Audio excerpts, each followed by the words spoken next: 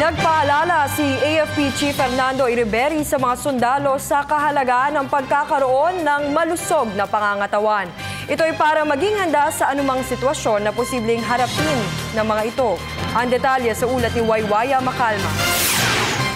2 oras at 2 araw sa isang linggo ang igugugol ni AFP Chief of Staff Lieutenant General Fernando Iriberri para ma-maintain niya ang kanyang kalusugan.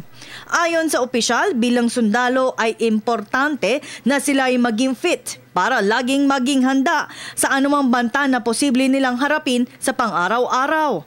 Kaya naman mismong siya na ang nanguna para maging ehemplo sa higit 125,000 miyembro ng hukbong sandatahang lakas ng Pilipinas.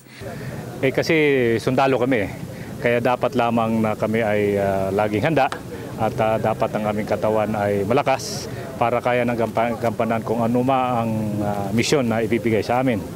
So kaya dapat lamang na palagi kaming mag-exercise at para nakahanda kami. Din ng opisyal na ibalik ang dating requirement sa physical fitness na 3.2 km o 2-mile run sa mga sundalong may edad 45 pababa. Dahil anya, sila ang kadalasang nasa frontline at sumusugpo sa mga kalaban ng estado. Sa edad na 46 pataas naman, ang requirement na ay 2-km run. Ito na ang ikalawang beses niyang sumama sa pag-ehersisyo sa Campo Aguinaldo sa ikalawang linggo niya bilang leader ng Armed Forces of the Philippines. Kaya naman, hinihikayat niya ang bawat sundalo na pangalagaan ang kanilang katawan at huwag kalimutan ang kalusugan para magampanan nila ang kanilang trabaho. In-expect ko na isa ay sa binabigyan nila ng pansin yung kanilang kalusugan.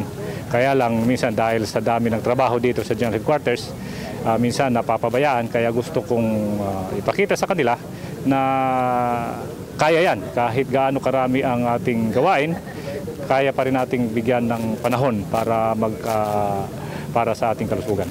Anya, hindi ito ang unang beses na ginawa niyang pag-ehersisyo kasama ng iba pang opisyal at sundalo. Kanya na din itong ginawa sa Philippine Army Headquarters sa Fort Bonifacio noong siya ay Army Chief. Para sa Telebisyon ng Bayan, ako si Waywaya Macalma.